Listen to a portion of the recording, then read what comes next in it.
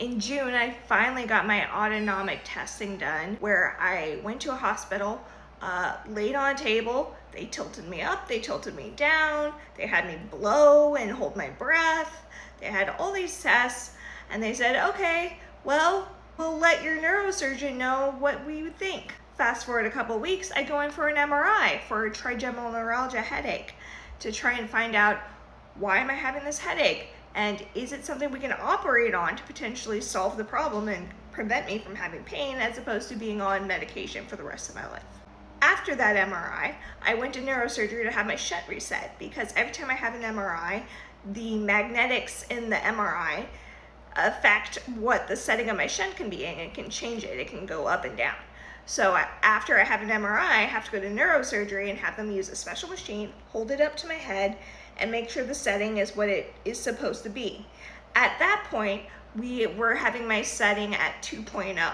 Neurosurgery comes in, they reset my shunt, and they say, oh, we heard back about your autonomic testing. And you know what? Dr. Williams thinks it might be your vestibular problem, meaning it's an inner ear problem. You don't actually have dysautonomia. There's no autonomic disorder. Okay. So an inner ear problem was causing me to have heart palpitations and almost faint weekly for months until I changed my medication. Right, okay. Then the next day, back to the trigeminal neuralgia headaches, the headache clinic calls me and says, are you sure you're having pain on the right side of your head and the right side of your face? Yes, I do know right from left. I'm hemiplegic on my right side, so yes, I freaking know what left and right are. Yes, I'm having pain on my right side. They say, well, we see something going on the left side of your brain, which would explain if you were having pain on the left side of your brain. So we're gonna have to refer you to neurosurgery because there's something weird going on. I'm getting text messages saying I'm being referred to neurosurgery. Okay, great, back to neurosurgery. But then I have a follow-up with the headache clinic a month later, and she keeps looking at my chart and has to keep referring back to it. And I don't think she read my chart at all before she had this appointment with me. And she's like, oh no, you didn't get an MRI on the right side of your head, so you have to get another MRI to see if you have trigeminal neuralgia on the right side of your head. So I told you I have pain on the right side of my head, and you got an MRI on the left side of my head? Okay. So I have to go back to Seattle for another MRI. Before I get that MRI, I end up having severe neck pain and stiffness for about 2 days, and it gets worse and worse. And I'm thinking, is this a Chiari headache?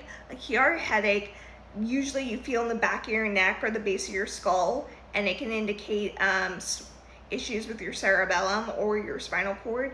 I also have a syrinx, which is a fluid-filled cavity in my spinal cord, that can cause neck pain, because when that swells, it presses on my spinal cord. So I opt to go to a local ER. Instead of driving all the way to Seattle, I go to a local ER and say, okay, I just need a CAT scan. Can you let me know if this is bad? So I'm there for hours. They do the CT scan, and they're like, we have to reach out to your doctors at Harborview. So they reach out to Harborview. Harborview gets back to them and says, you need to send her all the way to Seattle. Just so you understand, I live in Bremerton, Washington. That is on the other side of the Puget Sound from Seattle. That is west of Seattle. Seattle is right on the water. So at 11 p.m., the ambulance comes to take me to Harborview, and they say, how do you feel about going on the ferry? And I go, sure, let's do it.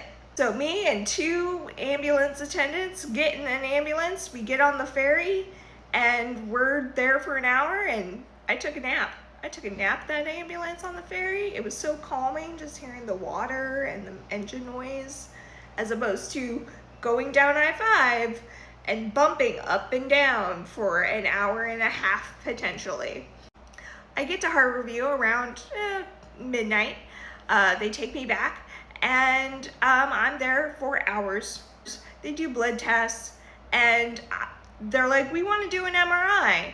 I don't get the MRI until like 5 a.m. And then 4 hours after that, neurosurgery comes in and says, oh, you're fine. There's nothing wrong with your C-spine. You're fine. Your shunts are fine. Everything's fine. We're just going to set your shunt back. But while I was at the previous hospital, there was speculation that I was being over-shunted from the doctors at Harborview. So I bring up to the neurosurgeon, okay, well, if I'm being over-shunted, meaning not enough fluid is being allowed in my brain in the ventricles and too much is being prevented from gathering in my brain and my ventricles are very small, can we change my setting now while I'm here in Seattle? And he says, no, you have to follow up in clinic.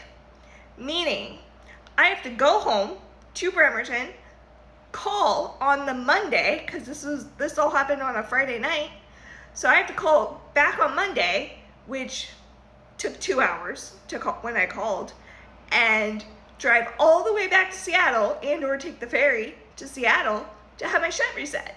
Even though he had the machine to reset my shunt in the ER, right there. So a few days after I get out of the ER, I do go back to Seattle. I have my shunt reset.